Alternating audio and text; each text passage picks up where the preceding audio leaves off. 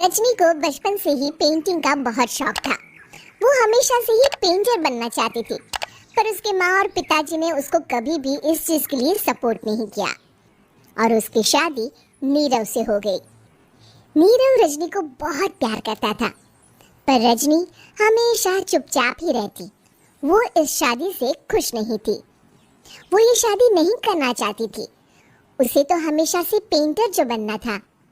अपने इस सपने को वो नहीं पूरा कर पाई, इसलिए वो हमेशा उदास रहती थी। रजनी, बहुत ही बढ़िया फिल्म लगी है, कल देखने चले? नहीं जी, कल मुझे बहुत काम है, मैं नहीं जा पाऊंगी। अच्छा तो कोई बात नहीं, संडे को चलते हैं। देखिए, मुझे फिल्म देखना पसंद नहीं है, आपको जाना है तो चले जाइए। नीरू को मना करके रजनी वहां से चली जाती है और अपने बैग को खोलकर उसमें बंद पड़े ब्रश और कलर्स को देखकर रोने लगती है। रजनी, चलो ना कहीं बाहर खाने चलते हैं, कुछ तुम्हारी पसंद का। जी मुझे नहीं जाना, मेरी तबीयत ठीक नहीं है। रजनी वहां से चली जाती है। नीरू को समझ नहीं आता कि रजनी उससे इतना दूर क्यों रहती है। वो जब भी उसके साथ वक्त बिताना चाहता है, रजनी कोई ना कोई बहाना बना देती है। एक दिन घर पर कोई नहीं था। रजनी घर का सारा काम जल्दी से खत्म कर लेती है। घर पर अकेले होने के कारण वो सोचती है कि वो आज पेंटिंग करेगी। वो अपने कमरे में जाकर पेंट ब्रशेस और कलर्स निकालकर जैसे ही कलर मिक्स कर रही होती है कि दरवाजे पर बेल बज जाती है। अब कौन आ गया इस वक्त? इतनी मुश्किल से तो मुझे पेंट करने का मौका मिला है। रजनी दरवाजा खोलती है तो उसकी सास अपनी सहेलियों के साथ खड़ी होती है और सब घर के अंदर आ जाते हैं। अरे बहू, सबको शरबत बनाकर पिला दे, बाहर तो बड़ी गर्मी है। जी।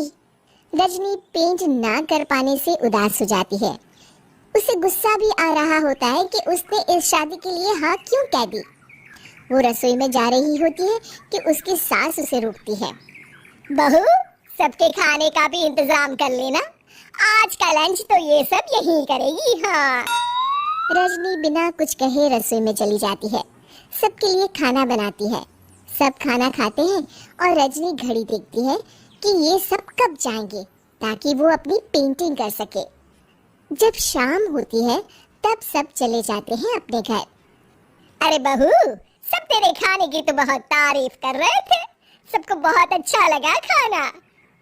आपको मुझे सुबह बताना चाहिए था ना कि आपकी सहेलियां आ रही है।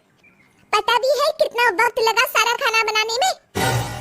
अरे बहू, तू ऐसे कैसे बात कर रही है मुझसे? तो और कैसे बात करूं? मैं इस घर की कोई नौकरानी नहीं हूं कि इतना काम करूंगी। रजनी अपने कमरे में जाकर दरवाजा बंद कर लेती है।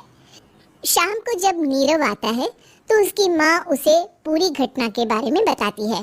क्या रजनी ने आपसे इस तरह बात की माँ? हाँ, और पता नहीं उसे क्या हो गया है, शाम से बाहर भी नहीं आई है। मैंने तो कई बार आवाज दी, खाना भी नहीं खाया उसने। तू ही बात करके देख ले बेटा। नीरव अपने कमरे का दरवाजा खटखटाता है। रजनी, दरवाजा खोलो, मैं हूँ। रजनी दरवाजा खोलती है और फिर वापस जाकर अपने बिस्तर पर लेट जाती है। रजनी, माँ से बात करने का ये क्या तरीका है? मैंने कोई गलत बात नहीं की है। अरे तुम क्यों ऐसे बर्ताव कर रही हो सबके साथ? क्या तुम इस शादी से खुश नहीं हो? रजनी कुछ नहीं बोलती। अरे बताओ मुझे रजनी, क्या ये शादी तुम्हारी मर्जी के खिलाफ हुई है? हाँ, मैं ये शादी कभी नहीं करना चाहती थी। तुमसे क्या, मैं किसी से भी शादी नहीं करना चाहती थी। रजनी रोने लगती है। चुप हो जाओ रजनी, बताओ मुझे, तुम क्यों नहीं करना चाहती थी शादी? रजनी बेड के नीचे से अपने पेंटिंग्स, कलर्स, ब्रश, पेपर्स निकालती है। इतने में उसकी सास भी कमरे में आ जाती है। ये देख रहे हो, ये थे मेरे सपने। मैं पेंटर बनना चाहती थी, पर माँ पापा ने कभी सपोर्ट नहीं किया और मेरी शादी करवा दी। मेरे सारे सपने टूट गए। हर वक्त बस गुस्सा आता रहता है मुझे। मैं जानती हूँ कि आप लोगों की इसमें कोई गलती नहीं है, पर मैं क्या करूँ, मुझे समझ में नहीं आता।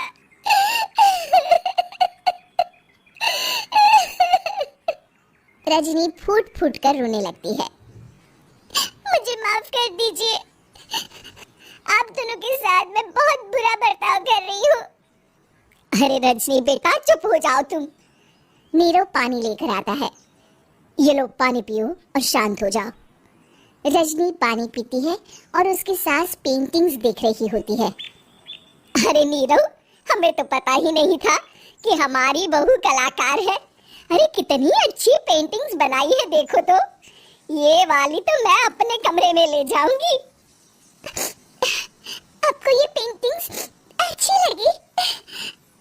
अच्छी नहीं, बहुत अच्छी लगी। और तुमने हमें बताया क्यों नहीं? तुम जब चाहे पेंटिंग कर सकती हो रजनी। हम तुम्हारे सपनों को पूरा करने में तुम्हारा पूरा साथ देंगे। हाँ बेटा, हम कला की कद्र करते हैं। हम कलाकार तो नहीं, पर मुझे गर्व है कि मेरी बहू एक कलाकार है। रजनी, नीरव और सास तीनों हंस पड़ते हैं।